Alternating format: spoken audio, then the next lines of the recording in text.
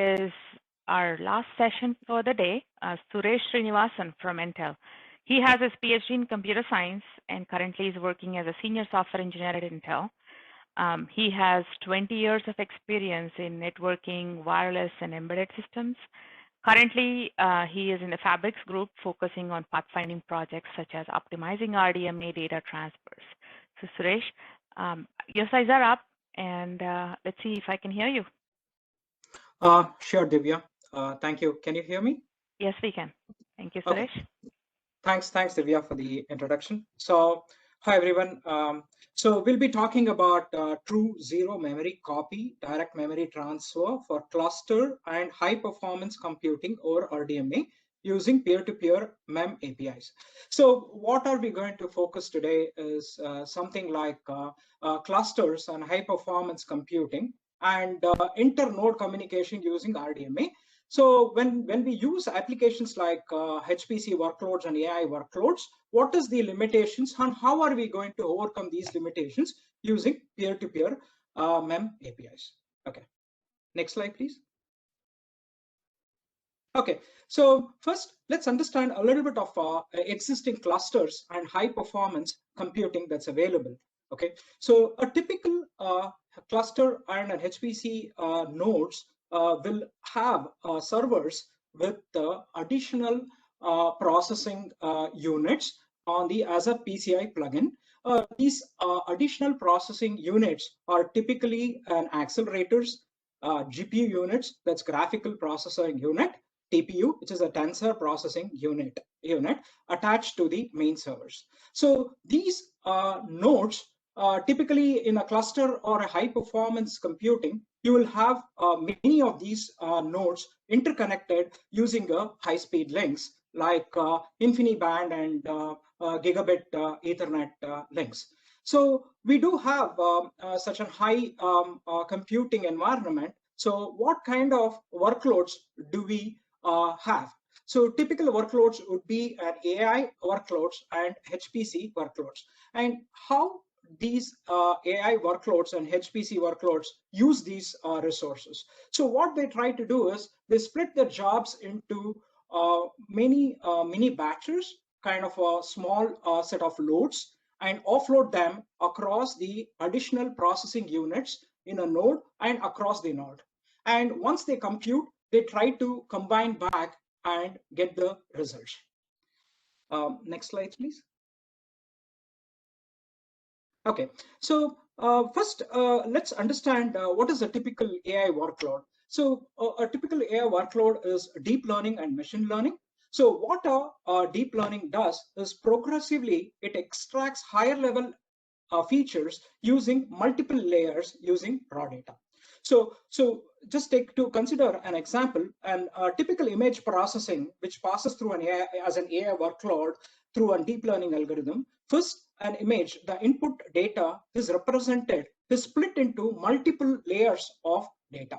So in a typical image processing, what happens is the lower layers first identifies the edges, and as the layers progress, the higher layers do identify the higher level features. So there are two kinds of DL data. One is supervised and unsupervised. What a supervised means?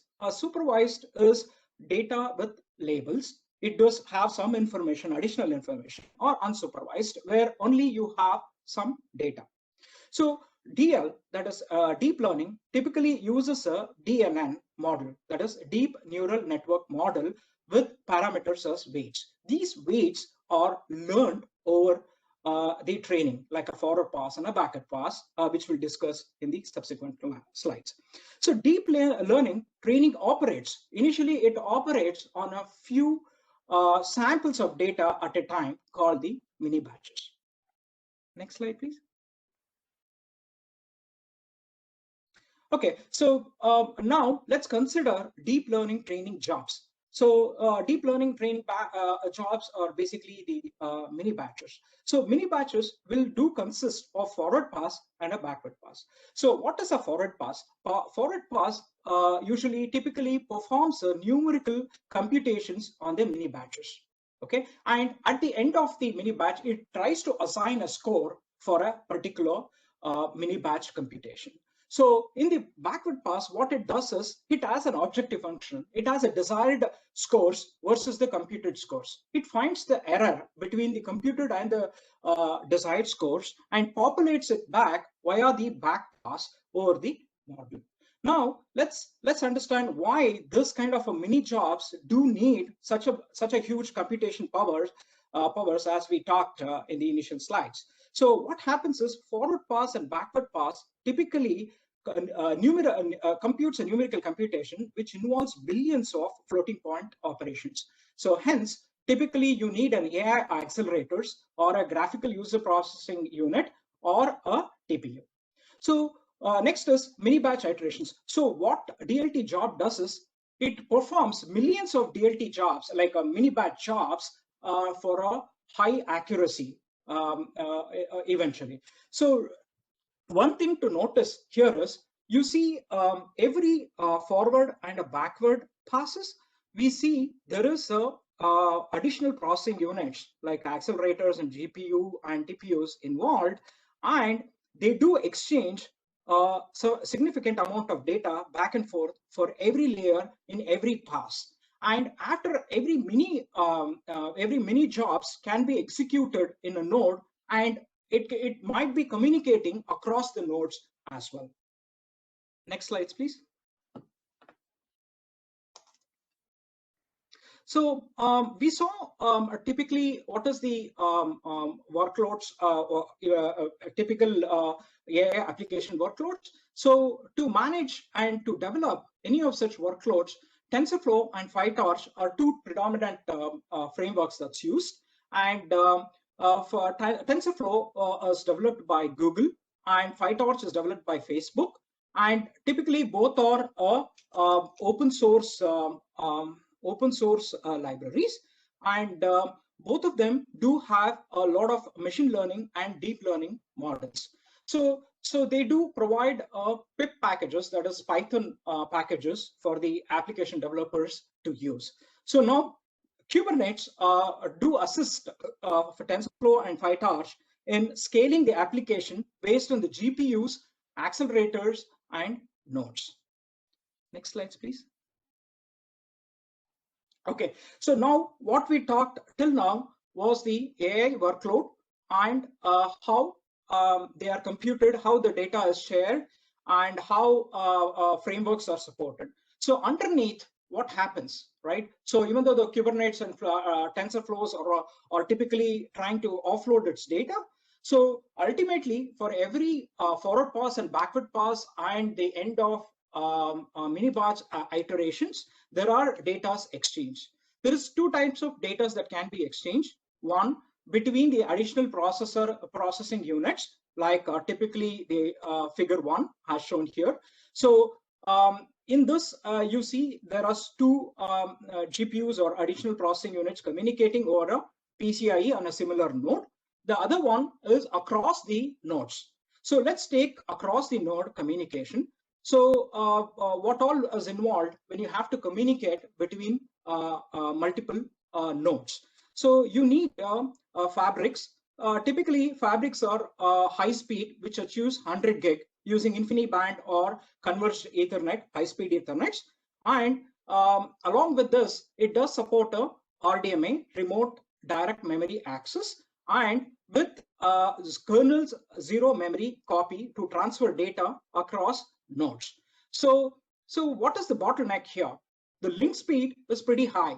The main bottleneck here is the RDMA endpoints, that is memory read and write. So we will understand more about why this is even though it is a true zero copy, even though it is a kernel's zero memory copy, it does pose a significant issues to the performance. We'll be looking at that in the subsequent slides. Next slides, please. Okay, just to understand about the fabrics and their throughput. So predominantly RDMA or converged Ethernet and InfiniBand are used. So one of the ROCE is a network protocol that allows remote or direct memory access over the Ethernet, and InfiniBand is RDMA or InfiniBand. So typically, both of them do support 100 gigabits of speed at link. So, but now what happens, and what is the DMA that's doing? It tries to transfer data from one node's memory to the other node's memory over the high-speed links. So this RDMA over InfiniBand or ROCE does support a zero copy networking, that is wherein the user space memory is mapped to the kernel space, and the data transfer between a node's memory is copied directly to another memory without involving the OS. Next slide, please. Okay, now let's understand a little bit more detail about how this RDMA is transferred. Let's assume, suppose you have host A and host B, and let's assume host A has an application and has its own virtual space, and these virtual space are mapped to different physical pages, and the application decides to transfer a block of data in the physical page. Then it does get a virtual memory to that particular block and does register with the ORNIC card. So once it registers a block of memory using the ORNIC, it does assign a local key and has a remote key. So this information is passed on to the host B, and host B similarly registers a particular block of memory for which the data to be transferred. Again, it does assign a L key and R key. So the L key of the host B will be the remote key for the host A, and host A's L key will be the remote key of the host B. Once this is set up, and it does transfer initiate a DMA transfer. Once a DMA transfer is issued, direct memory from here to this host A's memory is directly copied to host B's memory, bypassing without OS or kernel's involvement. That is the existing standards or existing feature that the Linux kernel is supporting. So now we will see why this is not sufficient for applications, AI application and HPC applications running on clusters and HPC nodes. Next slide, please. Okay, so now here is a typical path of inter-node memory transfer using zero memory copy.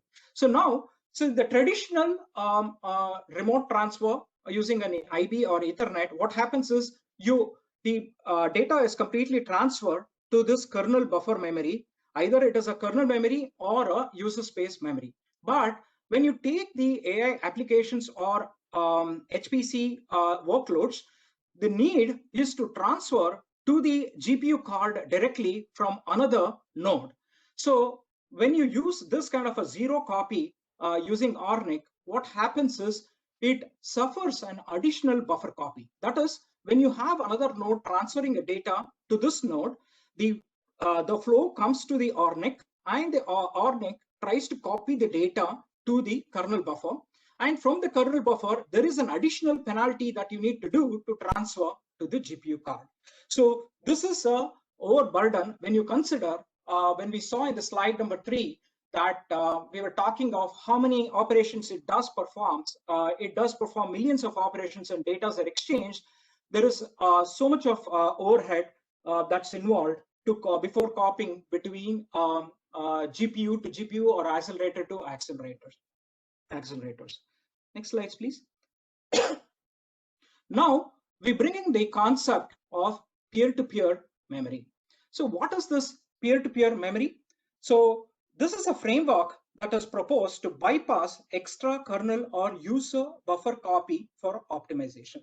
That is, typically in the legacy path, data path, you would see from node A, it does go to the DRAM of a particular host, and then from there it gets copied. So why we need this extra copy, right? So why not we use directly from node A to node B using PCI data transfer? Okay, so what all you need? So obviously you need to share a physical address.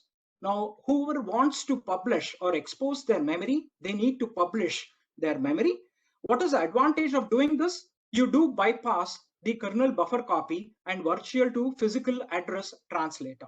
So by doing this, what are we expected? Expected to perform better than the existing kernel zero copy that currently the kernel supports. Another support, what it does is it does broadcast the buffer sharing mechanism as well. Next slide, please. Now let's take a look at the flow. What happens when you don't have when you bypass the zero copy and use the peer-to-peer memory. So now, whenever there is a data coming in to the ORNIC, it does not go to the kernel buffer or the user space memory. So, but rather it directly goes to the PCI root complex and goes to the destination GPU. So what is the savings that you do with this? We'll take a look at it, like what are the, how much of savings do we get by doing this? Next slides, please. Okay, here is the computation delay that is incurred. The latency that it suffers with the kernel buffer is PCI root complex delay. There is amount of switching that happens, then virtual address translation. Every time there is a kernel buffer copied, there is a address translation back and forth that does happen. Then kernel page translation, kernel buffer copy, and we do have a RDMA to kernel page translation plus GPU to kernel page translation. So we can avoid all this by using a peer-to-peer memory, and only additional delay that is incurred is PCI root complex delay. So other than this, kernel buffer does incur additional penalty of cache hit and cache misses as well. Next slides, please. Okay, so let's understand a typical flow or components that's involved in a peer-to-peer memory control and data flow. Typically, you'll have a publisher, orchestrator, and provider. So what a publisher does is, let's assume there is a publisher, it wants to expose a memory so that internodes can communicate to each other. So publisher will register its intended memory using the peer-to-peer publisher APIs, and the provider who wants to transfer the memory directly will consult an orchestrator to get the list of all the memories that has been published and tries to get one of them. So other than this, what this orchestrator does is manages the published memory and allocates appropriate memory to the providers. Other than that, the user application can consult the orchestrator to get the exposed or published memory and do set rules for security purposes as well. Next slide, please. Okay, so what are the peer-to-peer memory APIs that is supported by the Upstream kernel? So the existing APIs are, first, we need to publish the memory, right? So for which you have allocate peer-to-peer DMA memory. Add, once you allocate whatever memory you have, then you add that to the peer-to-peer memory, and then you do publish them using publish.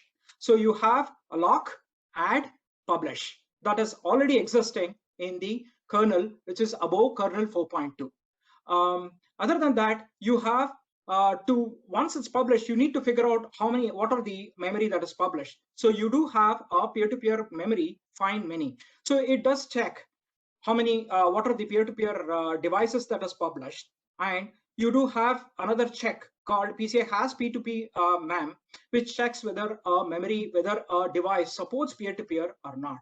Other than that, one more advantage of peer-to-peer is scatter gather. It does allow you to use a scatter gather where you can have asynchronous memories all over places by using peer-to-peer alloc SGL as well.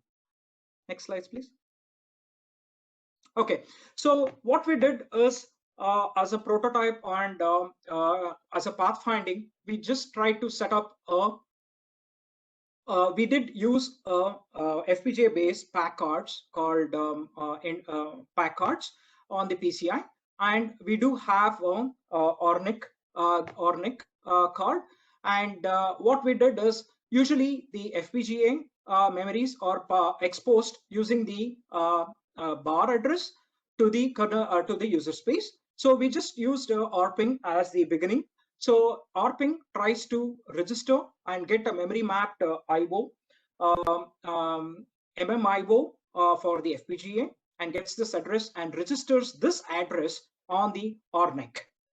So once it registers as an ORNIC, as we have already seen, so uses this, so we do register this to the ORNIC, and the ORNIC uses this as the zero memory instead of the traditional zero memory, which is the true zero memory for workloads like AI and HPC, and tries to initiate a end-to-end RDMA.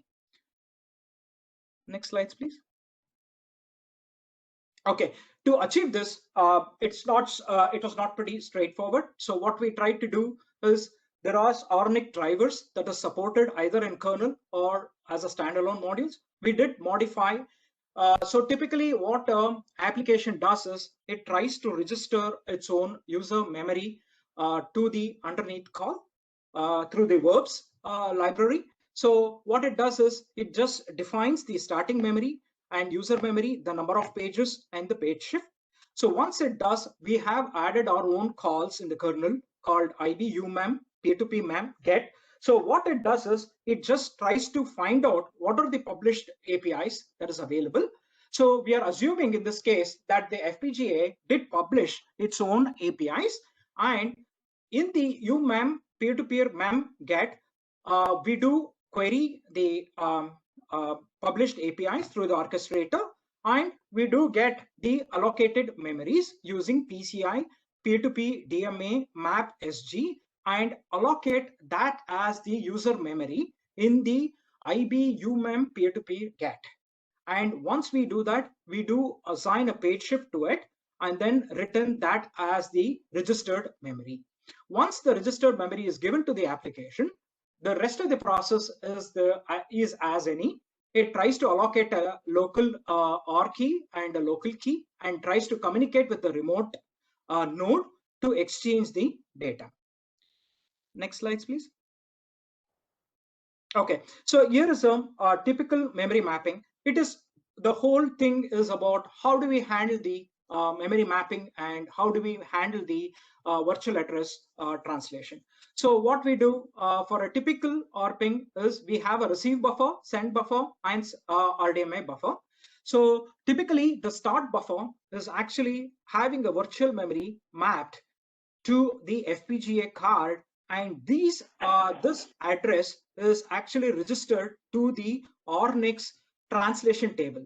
That is, whenever you get a virtual memory mapped IO as a request from the remote ORNIC, from the remote node through the ORNIC, it does try to directly invoke the address, which is a physical address here, which is 0x39FFE161000. It directly goes to this address through the PCI rather than going through the kernel memory.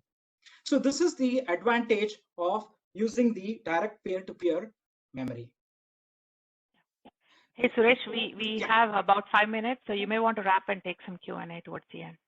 Sure, another 2 minutes, yes. Yeah, thank you. Next slides, please. Here is a end-to-end flow, which I was talking about. So first, the client registers, it queries and gets the memory mapped address of pack to the user space and allocates the receive, send, and RDMA, and registers the start buffer with memory mapped IO to the ORNIC drivers and tries to connect to the remote node. And once it's connected and shared with the addresses, local key and the remote key, the remote node initiates a direct RDMA transfer, wherein the direct DMA request or bypasses the kernel buffer and directly goes to the remote pack card and tries to transfer the data back and forth. Next slide, please. So these are some of the references that we used in generating this. And next slide, please. Thank you, and I'm open to take any questions. Yes. Thank you, Suresh. Any questions for Suresh?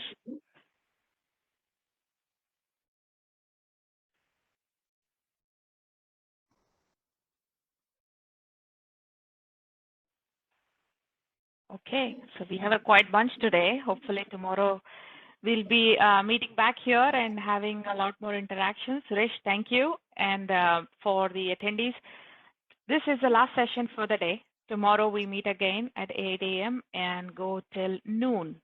So there are exciting talks lined up. So we'll see you tomorrow again.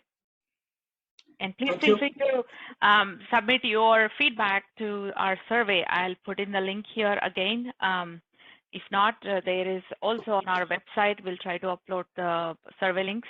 And yeah, we look forward to your feedback on day one. Thank you, everyone. Thank you. Thanks.